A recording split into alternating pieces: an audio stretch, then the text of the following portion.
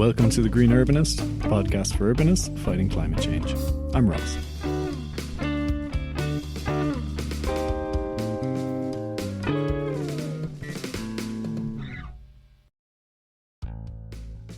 Hello everyone. You're very welcome to the podcast. It's Ross here. If it's your first time joining the podcast, you're very welcome. This podcast, The Green Urbanist, discusses everything that architects, planners, landscape architects, ecologists, policymakers, anyone involved in the built environment, what they need to know about climate change and about sustainability and tackling the climate and biodiversity crises. So feel free to jump in to any episode, including this one. There's no real order, just scroll back through and find one that tickles your fancy. Today I'm delighted to be joined by Xavier Smales and Andy Tugby of Human Nature. Hi there, my name is Xavier Smales. I work for Human Nature, who are a developer, and I'm an in-house architect.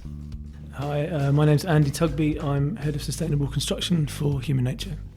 In this episode, we have a great conversation about Human Nature, which is a development company. They're a developer working at the moment in the south of England, and how they're doing things differently. They're not a typical developer. They are really trying to do everything right, and they're really driven by a mission to deliver sustainable neighbourhoods, sustainable new places where people can really live sustainable lifestyles. So we have a really fascinating discussion about their principles, their approach, but also specifically about a development that they are progressing at the moment that's in the planning system called the Phoenix in Lewes, which is a town in the south of England. This has, if you're in England, you probably might have seen this in the architectural press, on LinkedIn or somewhere. It's been getting a lot of press, and people are very excited about what this is and what this could be. I don't think it's been an easy journey for them to get to this point, but I wanted to talk to them to learn about how they are making this happen, the vision behind it, the amazing team they have around them delivering this, and all of that. So we talk about sustainable architecture, sustainable urban design, circular economy, reusing materials they find on site, responding to the unique history of the site, working with the local community, even delivering co-housing on the site as well. So just a huge range of really fascinating things encapsulated in that new development, the Phoenix, that they are looking to deliver in the coming years. Now, we're obviously spending a lot of our time talking about a specific place, so it would be nice if you could see the place that we're talking about. Well, you can. All you have to do is go to my Substack blog, which is greenurbanist.substack.com. The link is also in the episode description, and there you'll find a blog post accompanying this episode, which has CGIs and images of the master plan and visuals, references to everything we're talking about in this episode. So that should be very nice and helpful to look at while you're listening to this. If you're enjoying this episode, please consider sharing it with a friend or a colleague who you think might enjoy it. And it would also be great if you could subscribe on whatever platform you're listening to this on, and also leave a review or leave a 5-star rating or whatever you can do on Spotify, Apple Podcasts, etc. That really does help the podcast to grow, get in front of more people. Okay, that's it. Enjoy the conversation. So Human Nature have been getting a lot of press, I suppose, lately, and I've been hearing, following you on LinkedIn and that kind of thing. It's clear to me that you're not a typical developer, and so I'd be really interested to hear what's your sort of story? Where have you come from? What are you trying to do? I suppose we're definitely not a typical developer, and that's because the founding members don't come from a development background. They're actually campaigners. So Jonathan Smales and Michael Mannison both met at Greenpeace, I think in the 1980s. And they were kind of part of the early environmental and ecological movement. And I suppose they kind of both went their separate ways, and they became consultants, working on various projects, some of which were development projects and green buildings. But I think they grew frustrated by being the consultant, and that drove them to kind of come together and create a development company where they kind of had a bit more control and were able to sort of practice what they preached.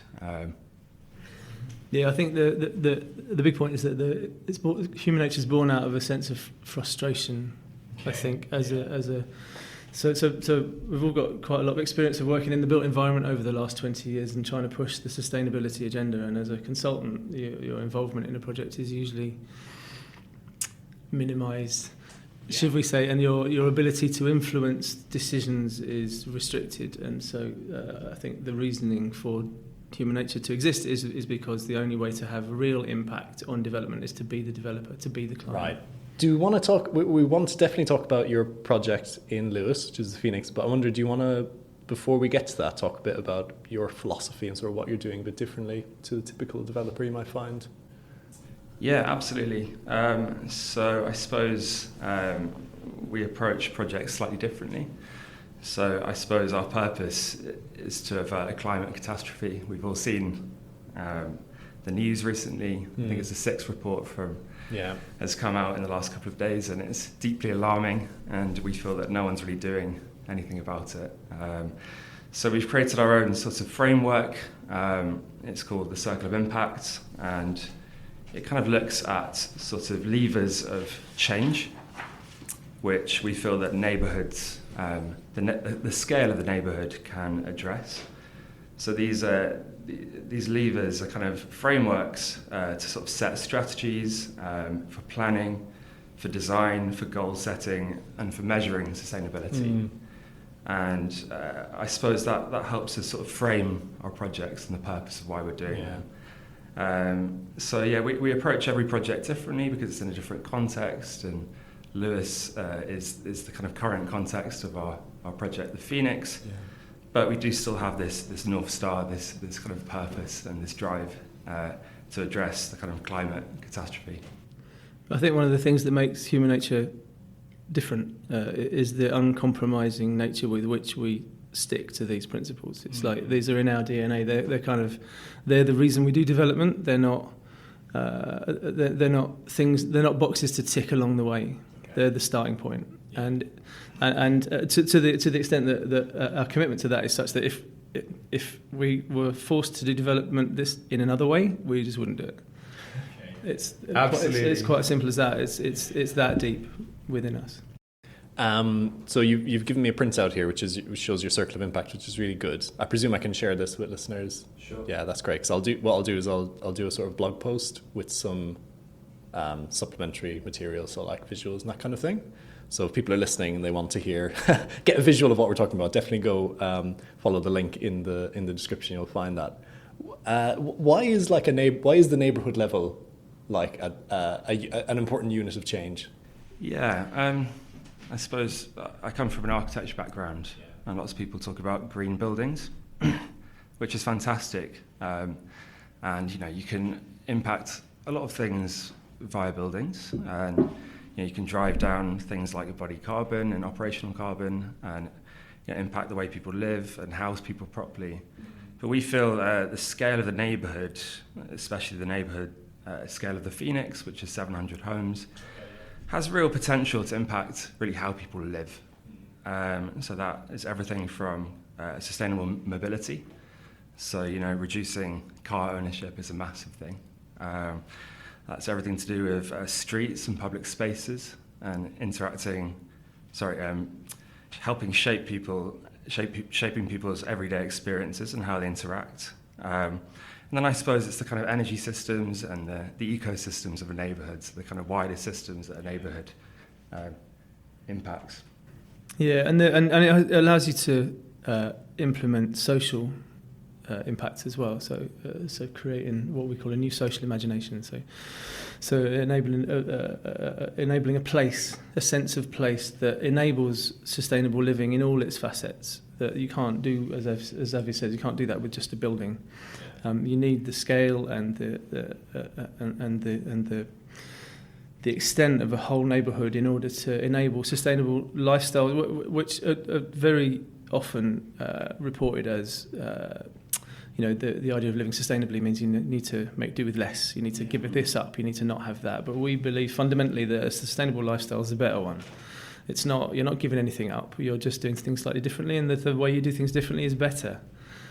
But the neighbourhood is this kind of extent that you need in order to ensure that, and for it to not, because you could, as I've said, you can do the best green building in the world, but if you're on the side of a motorway, 15 miles from the nearest anything, then everyone drives to work or drives to their house. You've got no choice. But on a neighbourhood, you can draw in all these levers of change from that we've mentioned in the circle of impact. Yeah, the sort of the example I always use is the first net zero carbon restaurant in the UK is a drive-through McDonald's on the edge of a town, just like beside a roundabout, and you're like, is that our vision of a sustainable future? Like it sort of meets the definition of a net zero carbon building, in all the technical terms, but it just ignores the massive car park that's outside it, and exactly. and also the food and links to deforestation in the Amazon, all these wider things that are sort of you just draw a line around it and you exclude those things. Exactly, so, and that's the point, isn't it? It's not just the. Yeah, I mean it's a fantastic example of the McDonald's, because it's not just the building. You can, you can make the most energy efficient building, but if the things that the people do within the building, the way they live, the way that they interact with the world, where they get their food from, how they get to work, how they get home, how they. That's the much wider impact than just the having low energy bills. Yeah, and is there an issue around how you quantify these things? Because that seems to be, in the industry, we focus on the stuff that is relatively easily quantifiable. So things like operational energy, embodied energy, but then how you influence people's lifestyles is almost impossible. Absolutely. I mean, it's massive. It is an issue. We haven't got an answer yet. Well, we're working on an answer. It's a work in progress. It's a difficult thing to measure. How do you measure the quality of someone's lifestyle? How do you measure there are all sorts of different mechanisms, the fit well and these sort of measurements, as well as BREEAM and embodied carbon measurements. You can measure some things, but to measure the whole sustainable living, in one methodology is a challenge. It's a really big challenge. I mean, we're up for it. We're working on it.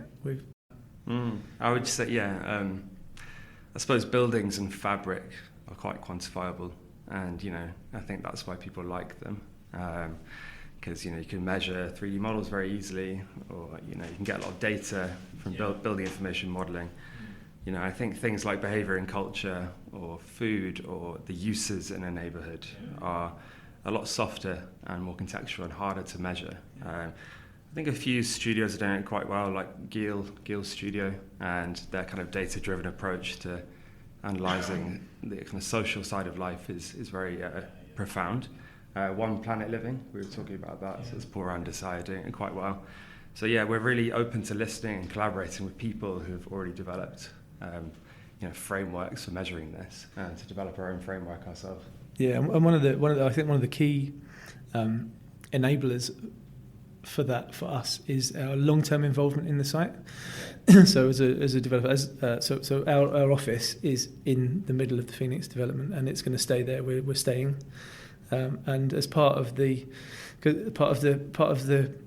mechanism to ensure that, because you can design a place and build buildings, and you can set things up, and it can be lovely on day one, and then the packaging free supermarket closes down and Starbucks move in, and then McDonald's move into the local food restaurant and all of a sudden you've got something that isn't the sustainable utopia that you set out to do. So in order to make sure that doesn't happen, we're setting up an estate management vehicle that will have a continual involvement in the way the place runs, not in a kind of Soviet scary way, but in a very human nature kind of way, and that will allow us to measure the actual impacts of these. So as a lived-in place, by the time we've got metrics, we can measure those metrics over a time period and prove that what we've set out to do has actually worked. Yeah, I think that long-term perspective is really interesting, and it's something that so basically in my day job at Design Southeast, we do a lot of design reviews. So we'll sort of put together a panel of experts and go and see a development that's in the works. Might be 200 homes in a field in Kent or whatever. And one of the things that often comes up is, what's your sort of long term? How are you going to make sure, you have a great vision? How are you going to make sure this actually pans out in the long term? Like, what happens after you finish the last home? Do you just move on? Is there a stewardship strategy in place? That kind of thing. So it's definitely something that I think the sort of leaders in the field are really keen on, but it's still not happening nearly enough as it should be, I suppose. Absolutely. I mean, it's not something that it's not something that any developer wants to do. Generally, does it? I mean, so many things that we do, no developer wants to do. Yeah. We do. We actually want to do them. It's not. Again, like I said at the beginning, we're not just doing this because it ticks a box. Yeah, we're doing it because it's the right thing to do, and because it's the only way to ensure that we meet the targets that we're setting out at the very beginning. Yeah. Can I ask a little bit about, before we move on, because I think it'll help people to put this into concrete terms when we move on to talking about the Phoenix, but you've got the 12 levers of transformational change here, and you've got some really interesting stuff here. So it's sort of stuff people would think of like energy, infrastructure, buildings and fabric, but then there's things like stewardship and services, catalytic conversations, behaviour and culture. Do you want to talk a little bit about those sort of softer things? Yeah, well, catalytic conversations is a very interesting one. So it's the idea that when you speak to people, as we're doing today, if you're interested by this conversation, you might speak to 10 people, and if they're interested, they might speak to 10 people. So it's the kind of power of sharing and the power of open source information. And I suppose we're really keen to partner with as many good organisations as possible. And we really see kind of our consultants as a kind of family that really align with the vision and kind of push this vision as well. So we've worked with some absolutely amazing organisations on this project. Yeah. So just in terms of the master plan team, we've worked closely with Periscope and Catherine Firth of Arup. In terms of the engineering team, we've worked with fantastic engineers at Expedition and Atelier 10. And there are numerous other fantastic consultants that I haven't mentioned who are really pushing the same agenda. Yeah. And I believe that's from great partnerships and kind of aligning the same vision. Absolutely, but and also on a more slightly personal scale, this idea of catalytic conversations that will happen organically within the place. It's the sort of place where if you have if you have an idea of what it might be like in a few years' time, what you think, I might like to live somewhere that is a bit more sustainable. You come to Phoenix and meet people and see it in action. And one of the buildings on site is an event centre, which we're hoping will be a centre for sustainable living events. I'm not quite sure what that means, but and in that way, bringing people to the Phoenix to see how it can be to live, because there's nothing that sells an idea. Not that we're selling anything, but nothing that affirms to someone that sustainable living can be good and better. Nothing does that better than going and seeing someone living in a place that is sustainable. And actually, you go there and you'll go there and you'll feel, well, it doesn't look very different from where I live, but it feels different. And when you see people, when you see the stereotypical, the granny on the cargo bike with these grandchildren in the front, taking them to the nursery, and they stop and they talk to you about how it is to live there.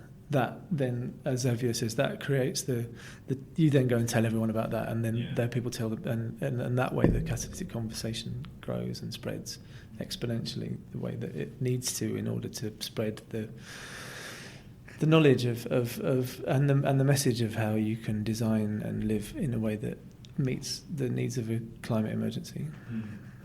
Okay, fantastic. Let's talk about how this sort of applies in principle then in the Phoenix. So you want to tell me a bit about the background to that site? I mean, where did that come from, and what's the vision behind it? Yeah, so the site has a really interesting history. It's a kind of former industrial site. It's quite derelict today, but it still has a lot of interesting people working and a couple of people living on the site. The site has been subject to a few designs, a few master plans in the past. And actually has planning permission from the previous developer. There was actually a community organisation called Phoenix Rising, who sort of protested for better development on that site. And I think they approached Jonathan Smales, who's a resident of Lewis, probably about 4 years ago now, and I suppose those conversations sort of started to see the ideas of something that could change on this site, and kind of really remove it from the blight and dereliction that is there today. So I suppose we did quite a lot of work. I think I joined in 2020, summer 2020, and we did quite a lot of work before any professional team was appointed. So we did something called the Blueprint, which is a kind of research document into sort of 20 key principles for this site. And some of them were kind of site-specific, some of them were Lewis-specific, and some of them were just about kind of new ways of living, shared living, co-living, co-housing. And that really created a good foundation from which to sort of kick off the project. And then we kind of appointed an amazing professional team, of which I think there were 13 architects, a number of engineers and other specialists. And we ran a really sort of interesting collaborative design process over about 2 years. Of which, we really iterated, and we really thought about many different options, and we listened as well. So we had a number of different kind of community engagement events, of which the biggest was the Phoenix Design Festival. So we had, I think it was about 3,000 people over a couple of days. And we basically had a whole number of talks, we had workshops, we presented some of the early ideas and the kind of concepts behind our thoughts. It wasn't a resolved plan, and we kind of asked people, what do you think? And, would you like to draw on this? And, and sort of made sort of mini focus groups, I suppose. Community engagement's been a massive part of this process. And I suppose we finally settled on a kind of framework master plan in probably autumn last year. And we just submitted planning last month, so it's still pretty fresh. Yeah. Okay, well, fingers crossed for you. So the site itself, to sort of drill down into the specifics of the site, it's a 7-hectare brownfield site right by the river in Lewis on the floodplain. Most of the buildings on site at the moment are steel-framed industrial sheds and a few concrete commercial buildings. The site is in a floodplain, so one of the things that we're committed to do is to build a flood defence, which will be one of the first things we do. And the plan for the site is approximately 700 units residential with associated other commercial uses that enable a sense of place. And the idea is that the whole site is walkable from anywhere in under 5 minutes, and you can walk to the train station in Lewis on a fairly level walk, slightly undulating, but fairly level walk in about 15 minutes. Some of the things that we're the other features that we're building a co-mobility hub which will house electric car club, electric car hire, some car parking, all with 100% passive provision for electric vehicle charging. There'll be a last mile delivery service. There's a health hub on site, which is a purpose-built building to house all the doctors' surgeries in Lewis on their request. There is a hotel, a new bridge, and we're repurposing for the existing buildings on site. So we're keeping for the existing structures. Okay, yeah. I think it might be interesting to come back to the flooding question first. Something about a sustainable development on a floodplain sounds quite incongruous. What's the story with that? How is the site has it been flooded recently? There was quite a big flood in 2000. When the whole of Lewis was significantly underwater, and that was, I think, a 1 in 200 year event. Okay, wow, yeah. Technically, we're obliged to protect the site to a 1 in 100 year plus 37% additional capacity to allow for climate change, which means that we need to build a flood defence around the whole site. And you're right, absolutely right. Building on a floodplain sounds like madness. But we think that the opportunity to develop on brownfield land in an urban setting outweighs the downside of the flood defence, and also you would think certainly in In a climate emergency, you'd think it would be even more stupid to build on a floodplain with sea level rises and everything. But we've modelled sea level rises up in the flood defence calculations in quite a lot of detail, and we've allowed for the sea level change rises, I think, to 2050 in the worst case scenario, and but strangely it has a relatively insignificant effect on the flood level at its highest point in Lewis, because we're significantly inland. Yeah, that makes sense. It's also worth saying we're planning for flood resilience as well. So looking at sustainable drainage features, such as rain gardens in courtyards, in swales on streets, and we're thinking about the long-term sort of water management holistically. So it's one thing just keeping it out, but there's also sort of living with water and the opportunities that brings, and kind of the play spaces you can have with water, and the kind of lovely open spaces as well. Yeah, I mean, it also can create some, like Zev said, some opportunities. So the fact that you have to attenuate certain volumes of water, that gives you a body of water that you can then use for smart rainwater harvesting, for instance. And it's also worth noting that the flood wall itself, we're turning it into a public space. So I think it's about an 800-metre frontage along the River Ouse, and it's an absolutely beautiful frontage. It faces the South Downs, and so the buildings are actually going to be integrated into the flood wall. So there's going to be a carbon saving of integrating the structure with the flood wall structure. Okay. And then in the middle, we've got something called the Belvedere, which literally means fine view. And it's basically a kind of public space, probably about 8 metres wide, and you'll be able to sit and enjoy the River Ouse in ways that you haven't sort of previously in Lewis. And then towards both ends of the sites, there'll be kind of river boardwalk, so you'll be able to kind of walk down next to the river. And this is something you can't really do in Lewis at the moment as well. So it's a key part of the strategy was how do you kind of take this problem of flooding, this sort of infrastructural problem, and turn it into a kind of an opportunity and a positive thing as well. Yeah, I can see that. You're obviously making the most out of that challenge on the site. That makes sense to me for sure, and I think the plans look pretty compelling from that point of view. You want to talk a little bit about the sort of architectural approach? I mean, I think what I'm seeing from an urban design perspective is very much a kind of classic street-based urbanism, fronting onto streets, that kind of thing. Like, there's nothing particularly startling or like. I think when people might get worried when they hear about sort of very forward-thinking sustainable developments, that it's going to look a particular way. And what I'm seeing is that it's just a sort of good European medium density sort of urban living quarter. Is that fair to say? That's a really interesting observation, and I think we've learned from sort of the most sound urban design principles, which are found all over Europe, all over the world, and in Lewis itself, actually.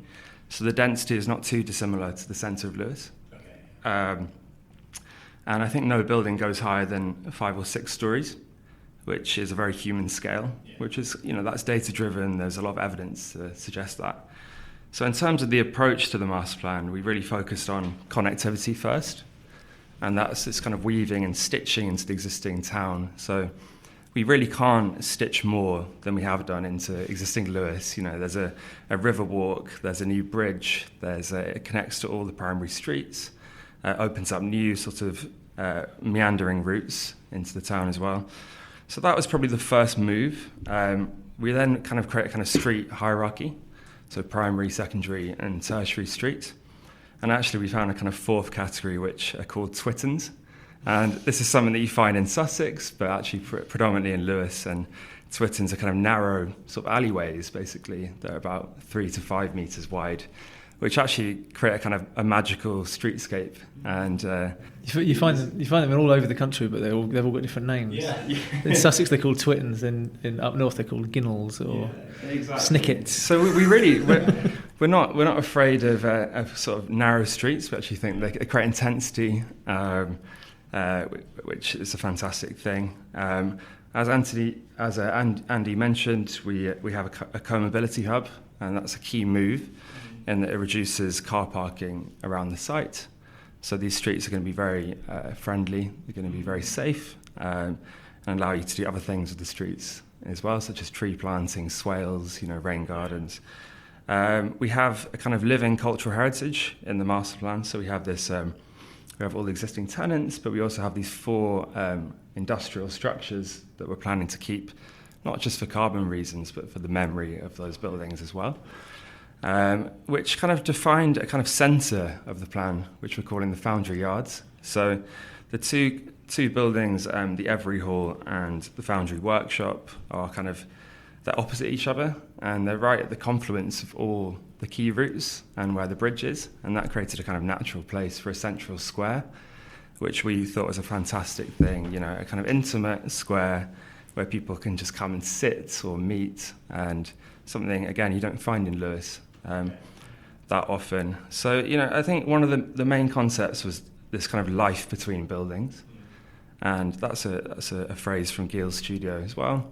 But our approach is really to kind of think about, imagine this life, this future life, and then imagine the spaces in the public realm that would accommodate that life, and then think about the buildings afterwards, which is probably the other way around for a lot of developers or architects.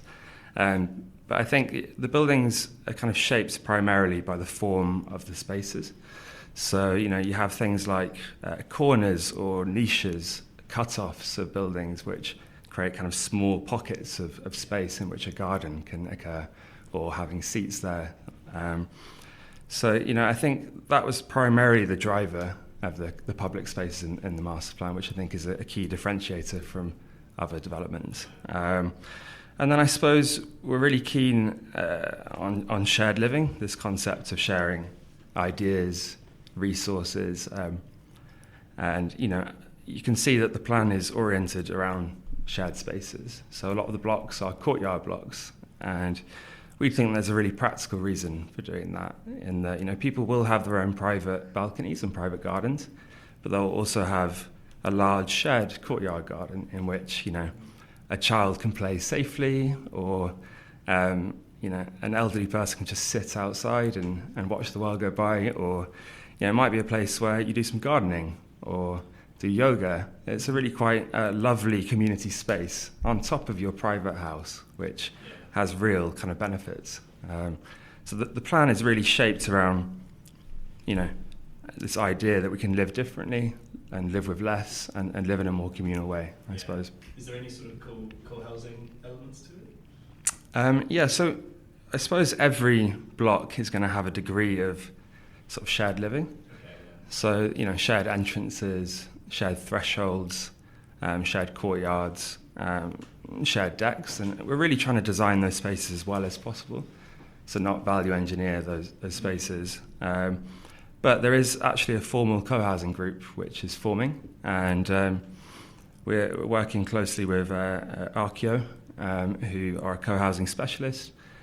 And we're going to work with this group. I think it's about 40 to 50 units, and we're going to. So it's facilitated by Action in Rural Sussex as well, isn't it? There's an organisation that are actually tenants of ours on the site that are facilitating the co-housing group. They meet every other Saturday, it seems, in our offices, so they're already starting to form.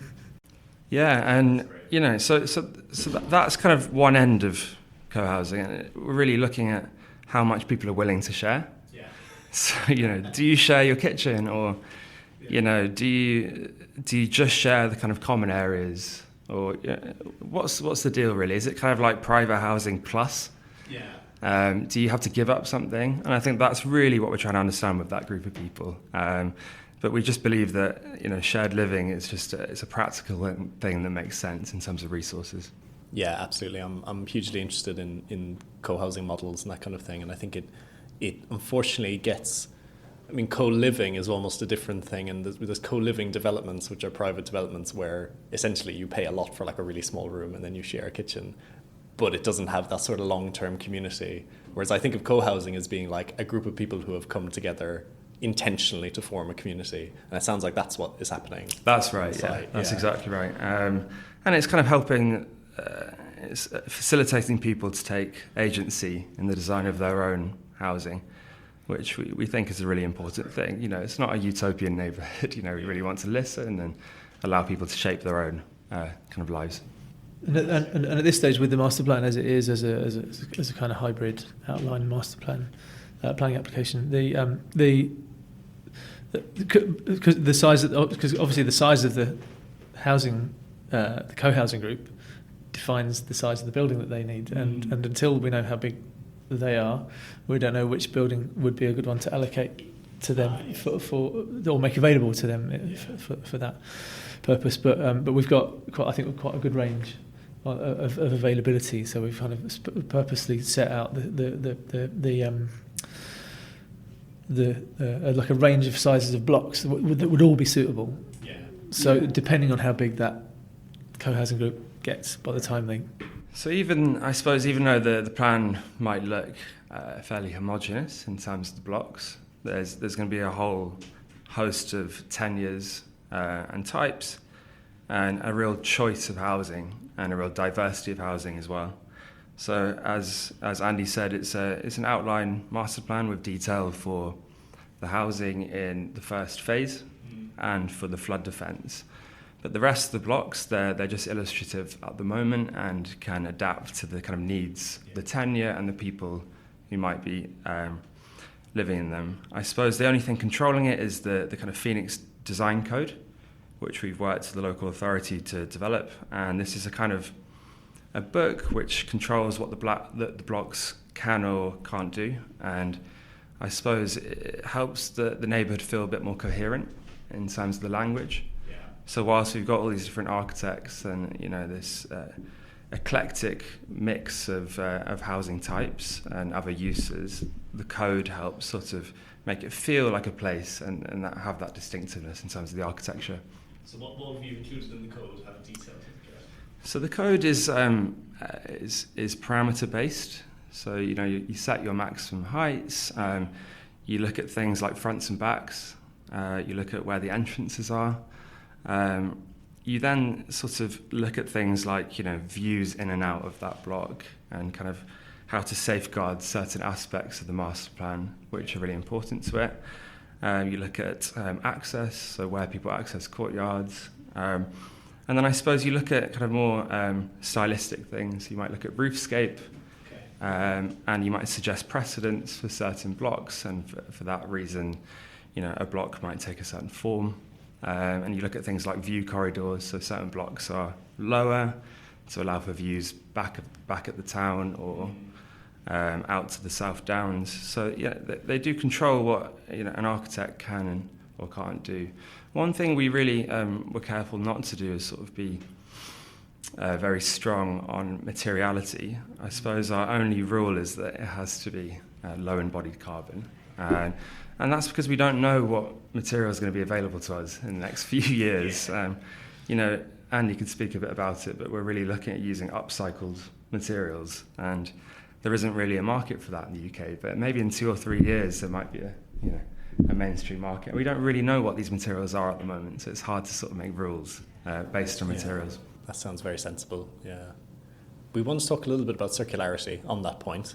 So circular economy is kind of central to how we intend to do everything on the Phoenix. So perhaps to start with the existing buildings. So we look at buildings as a resource, and as I said earlier on, we're retaining for the structures on site because we start from the standpoint that the building that's already there is almost always the one that's the most sustainable, because of the material impact of it. Not always, but most of the time, and so we're retaining structures where we can, and where we can't, we've already had we've had a materials audit commissioned for the site, what's technically a decommissioning audit.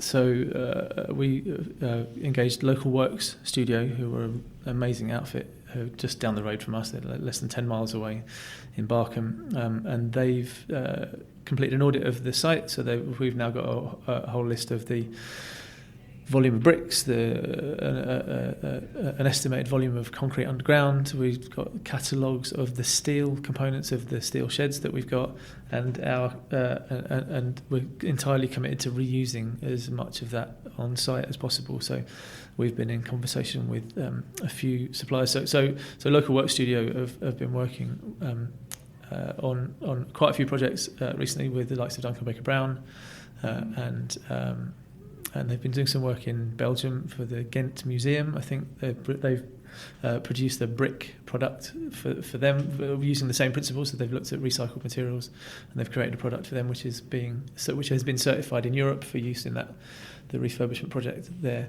And so they're suggesting reuses of the material that we've got on site. So where we can just reclaim the bricks themselves, we'll do that, but it's unlikely. They seem to be quite well stuck together with the small bit of hammering that we've done to try and get them apart so far.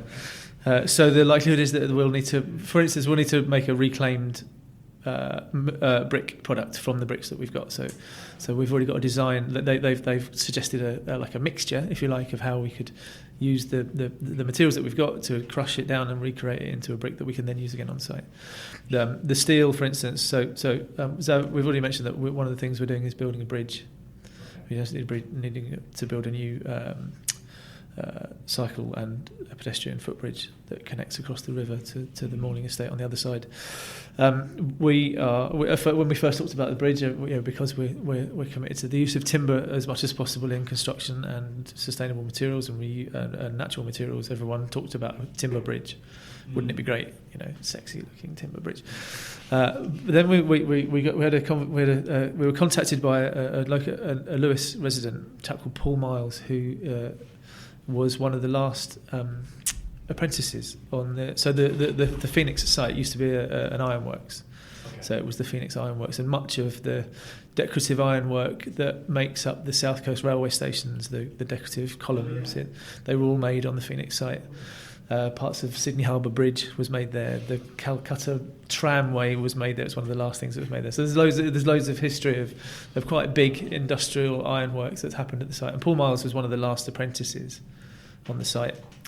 After that, he went on to have a career. He ran a company making steel structures, tugboats, and the like. And he approached us and said. He's also, this is an aside, I don't know how interesting this will be, but he's also the chair of the Thomas Paine Society. Thomas Paine's quite a famous old Lewis resident who wrote The Rights of Man, which was the pamphlet that kicked off the American Revolution.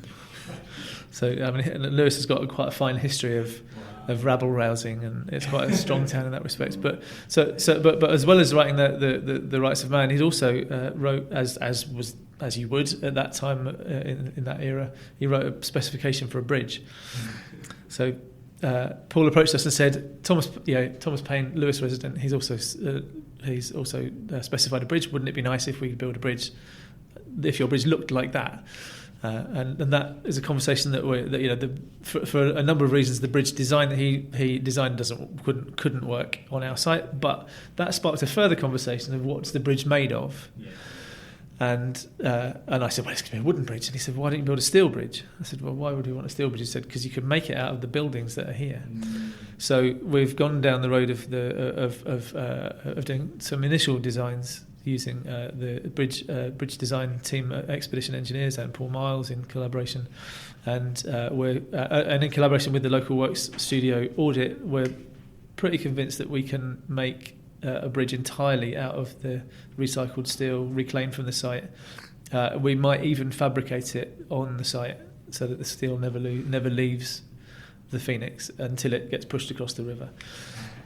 So that's an example of circular economy in action. That's amazing. That's so good. And I think it just shows the power of being tapped into the community and really listening to people. As you just find things out you would never have found out otherwise. Catalytic conversations. Exactly. Perfect.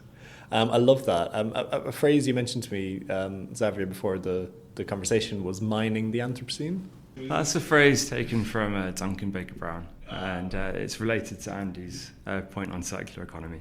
So that's really looking at what you have already and looking at the kind of man-made things on your site as a kind of as a resource for new things. And I suppose Andy's talked about the bridge. I'm really interested in the kind of aesthetic that upcycled materials can create. And that's been some good work done. Andy mentioned Local Works Studio working in Ghent on this kind of white waste brick You know, I think we can create our own aesthetic for the Phoenix using the waste that we find. And, you know, there's a lot of red brick on the site, so maybe there are kind of speckles of that red brick coming back into materials. There's a lot of stone, which we could use. We could use that for plinths. And, I think there's a really interesting space that we're entering into, which it relies on a lot of rigorous work up front to analyse what you have already, but will hopefully yield a lot of benefits and richness going forward.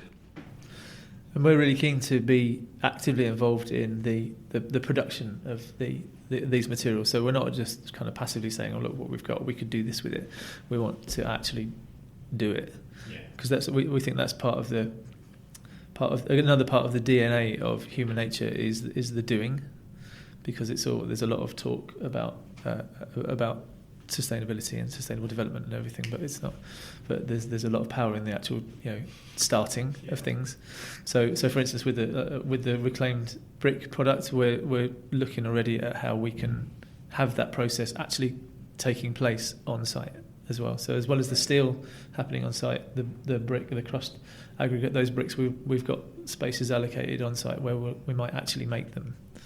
So the brick dust, the brick aggregate never leaves the site. Fantastic. Because there is an issue, isn't it, in the UK that over the decades we've exported our sort of heavy industry. So the circular economy is fantastic, but it's like, are you shipping things to Belgium to get processed to send them back here, or that kind of thing? Absolutely. I mean, so one of the other things that we're really committed to is building in timber. Yeah. And we've done a lot of work to look at how we can maximise the use of really local timber. So we've had a piece of work done to analyse the availability of timber in Kent, Surrey, Sussex, and also how that supply chain looks in terms of where what the kind of economics looks like when you compare standing trees to sawn timber, and that process and how that fits along the way, in order to look at where we join that value chain, if you like. Where do we intercept? How much do we do? Where do we start? What point do we jump in? Do we buy a forest? Do we buy standing trees? Do we buy trees by the roadside? Do we just buy sawn timber? But if we do buy sawn timber, do we insist that the timber comes from that woodland? Because we love this idea that so one of the things, this is an idea that material cultures architects who have done some of the initial architecture on the site, they've come up with this great idea that every home has a Haynes manual. So I don't know if you're familiar with the Haynes manual. It's the old, you're probably not old enough to know what it is. So a Haynes manual is a book that you would get. So every car make that was ever made had its own individual Haynes manual, and that's the book that tells you how to fix and mend everything. And you open it up and it tells you how to change a tyre, how to change a spark plug, and everything. It tells you where to find things. The idea that every dwelling that we build has its own manual that tells you everything. It tells you where the cables run, where the sewage goes, where the water comes from, which walls are structural, which walls can come out and can be changed, which walls can't. What can't you do? What can you do? Where is everything? How does the heating system work? All the information you really need, and that stays with the building, and it stays on record with human nature. So we keep a copy. The specifics of that, who knows? But this idea that also within that, how amazing would it be if you could say in that Haynes manual, and the wood that makes your walls came from this forest in Sussex, and here's the phone number of the owner. He's really happy for you to come and have a picnic at some point. If you want to see where he's replanted the trees, it sounds a bit idealistic, but every forest owner that we spoke to so far have really welcomed that. They would love to have that connection at the other end. So they'd love to have a connection to say our trees built that house, as well as the people saying our house was built there. And that, we think that would create a really strong connection. There's loads of metrics that say that nature connection increases people's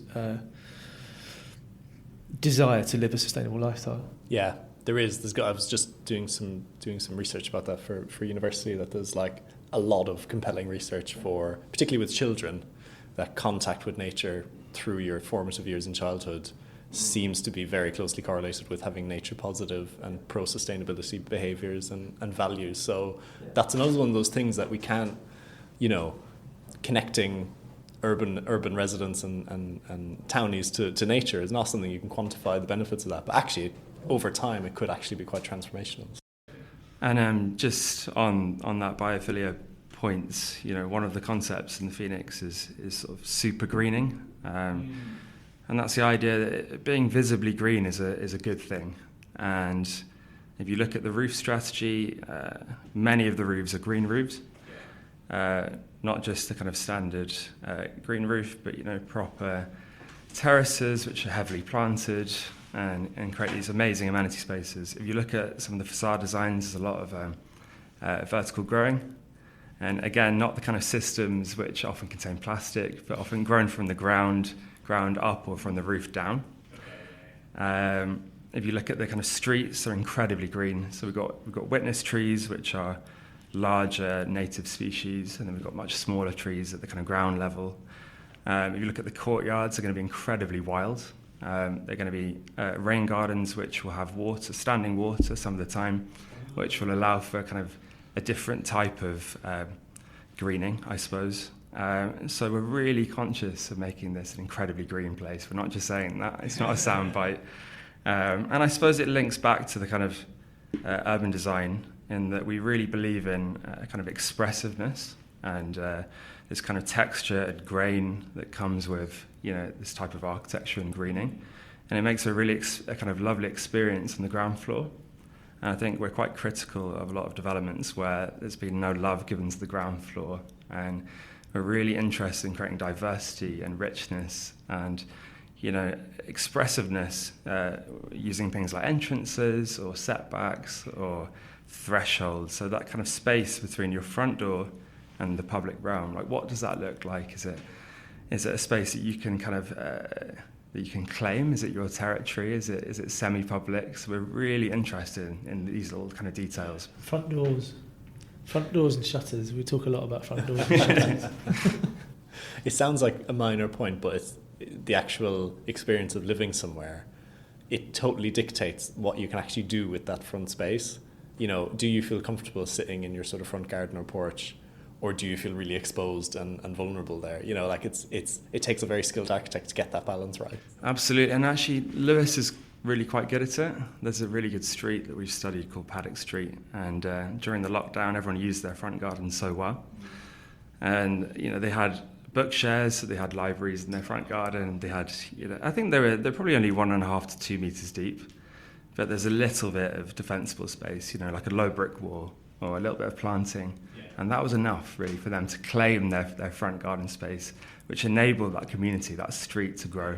And we think that there's a bit of a science to that, and we're really interested in tapping into that. Are you having to think about biodiversity net gain? You've gotten in a few months ahead of that legislation. Yeah. So there's a 40% biodiversity net gain on the site. Wow. Yeah. Okay. I guess it was fairly low to begin with. Being it's pretty low bar. Yeah. No, but it's a brownfield site. It's an industrial estate, as you can imagine. It's fully concreted over and roads, and there's a few foxes, but they don't count apparently. But it's 40% net gain. Very good, very good. I've started asking my guests the same final question, so it's really interesting to get people's perspective on that. And this is something I borrowed from Rob Hopkins, who's a previous guest, which is really about a lot of talk about climate change and sustainability is sort of about running away from danger, running away from a scary thing, and not necessarily running towards a future that we want to create.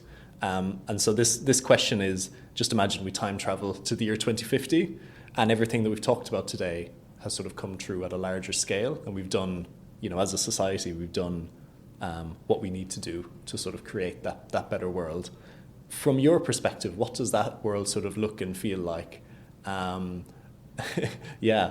whatever that means to you, I suppose. Yeah, I mean, that's a great question. I suppose for me, it's kind of, if you lived in one of these neighbourhoods, I'm not saying it has to look like the Phoenix, but it's that your everyday is better. So the kind of ordinary experiences, the 90% of things in your day are better. So that might mean, how easy it is to look after your children, or it might mean how easy it is to heat your house because it's 100% renewable and you've got much lower energy bills. It might be that you can walk and cycle everywhere for your daily needs. It might be that you need to rent an electric vehicle on the weekends, and you can do that with, real ease. So I suppose it's this kind of it's making these everyday experiences a lot better. And I think you said it before, the Phoenix doesn't look like radically different. But I suppose if you combine all these things together, it will make this place feel radically different, actually. I suppose another thing, I touched upon it earlier, is this kind of diversity of place, people and architecture. So a really inclusive place, a much more diverse place in terms of incomes, backgrounds, and that being reflected in the architecture and the styles of the architecture. So I'm not actually that interested in being dogmatic about what architecture should look like. But I think if you create a good urban design framework, then that architecture can express itself in really interesting ways that can adapt over time. Yeah, I think it's really... there was an interesting thing that you said at the beginning of your question about how... I can't remember exactly how you phrased it, but the kind of difference between... It's kind of, you're talking about being proactive about things rather than being reactive, and I think one of the things that the Phoenix will feel like, and if this sort of thing is if the way that the Phoenix works is the way that the world works, I think it will be a much simpler place, a much simpler time, a much simpler way to live.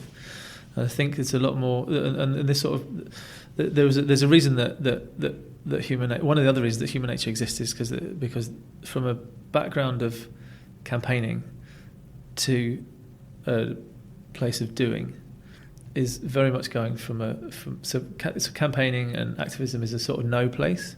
It's like you're saying, we don't want this, we don't want that. You're protesting. It's a no, it's a don't. And developing in doing is very much a yes thing. Yeah. So I feel like the